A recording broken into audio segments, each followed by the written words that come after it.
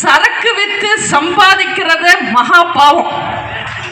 அந்த சரக்குலேயே குறுக்கு வழியில சம்பாதிக்கிறது மகா பாவம். சாராயம் விற்கிறதுல ஊழல் செஞ்சவங்க சாம்ராஜ்யம் சரிஞ்சதுதான் வரலாறு. மதுபான ஊழலால டெல்லியில கெஜ்ரிவால் காட்சி போச்சு, தெலங்கானால கேசிஆர் காட்சி போச்சு, ஆந்திரால ஜெகன்மோகன் ரெட்டி காட்சி போச்சு. அதே வரிசையில தமிழ்நாட்டில் ஸ்டாலினுக்கு ஆட்சி போகும். 3 நாளா டாஸ்மாக்ல ரெய்டு போயிட்டு இருக்கு. முதல் முறை ரெய்டுக்கு வந்தப்ப ஸ்டாலின் வீரன் மாதிரி சீண்டி பார்க்காத, நோண்டி பார்க்காத, தாண்டி பார்க்காத, பட்டு பார்க்காதன்னு வீரவசனம் பேசினாரு. வீடியோ எல்லாம் விட்டாரு, சீண்டாதீங்கன்னு. அமலாக்கத்துறைய இப்ப அமலாக்கத்துறை சீன்றது என்ன, நாங்க தோண்டி பார்க்கிறோம்னு 3 நாளா உட்கார்ந்துகிட்டு இருக்காங்க.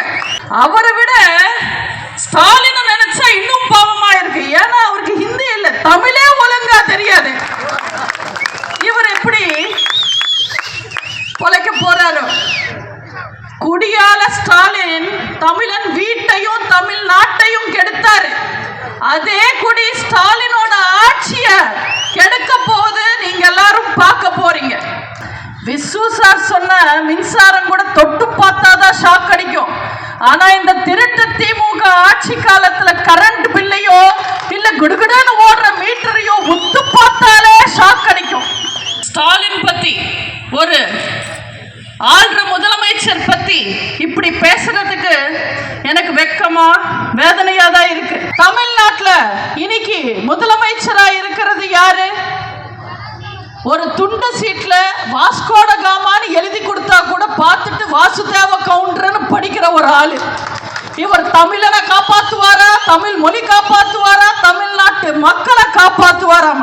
பெண்களை சகோதரியா பாருங்க, வயசானவங்களை அப்பா அம்மாவா பாருங்க, டீச்சர்ஸ் தெய்வங்களா பாருங்க, ஆட்சியாளர்களை வேலைக்காரங்களா பாருங்க, பெண் குழந்தைங்களை தேவதைகளா பாருங்கன்னு சொல்லி கொடுக்க வேண்டிய அரசாங்கம் தெருக்கு தெரு செவருக்கு செவரு போஸ்டர் ஒட்டி ஸ்டாலின் அப்பாவா பாருங்க, ஸ்டாலின் அப்பாவா பாருங்க, ஸ்டாலின் அப்பாவா பாருங்கன்னு சொல்றாங்க.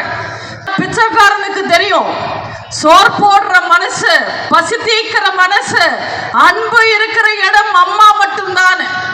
ஆனா பிச்சைக்காரனுக்கு தெரிஞ்சது கூட ஸ்டாலினுக்கு தெரியாம போச்சு. பாவம் ஸ்டாலின். அவர் வாழ்க்கையில அவர் சொல்லிக்கிற மாதிரி எந்த சாதனையும் செய்யல. ஏதோ ஒரு சாதனை செய்யலான்னு முயற்சி பண்றாரு. ஸ்டாலினோட வாழ்க்கை வரலாறு எழுதினா அவர் சீரியல்ல நடிச்சது மட்டும்தான் சாதனைன்னு எழுத முடியும்.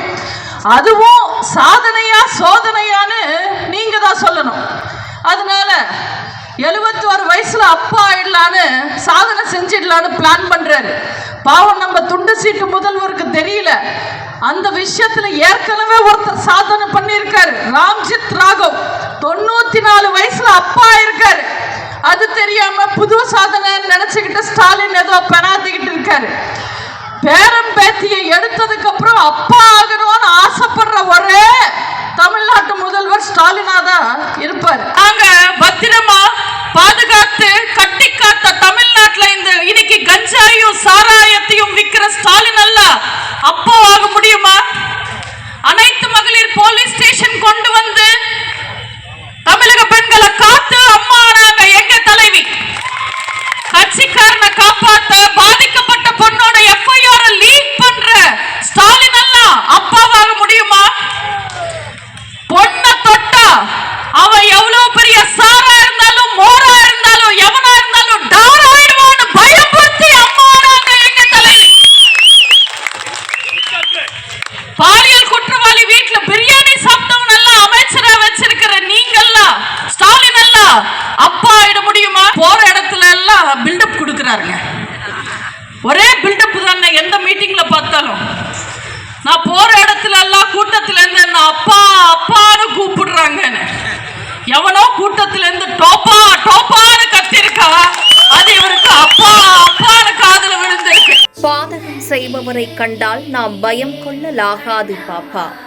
மோதி முடித்து விடு பாப்பா, அவர் முகத்தில் உமிழ்ந்து விடு பாப்பா. அண்மை செய்திகளை உடனுக்குடன் தெரிந்து கொள்ள இணைந்திருங்கள் எம் நாடு தொலைக்காட்சியுடன்.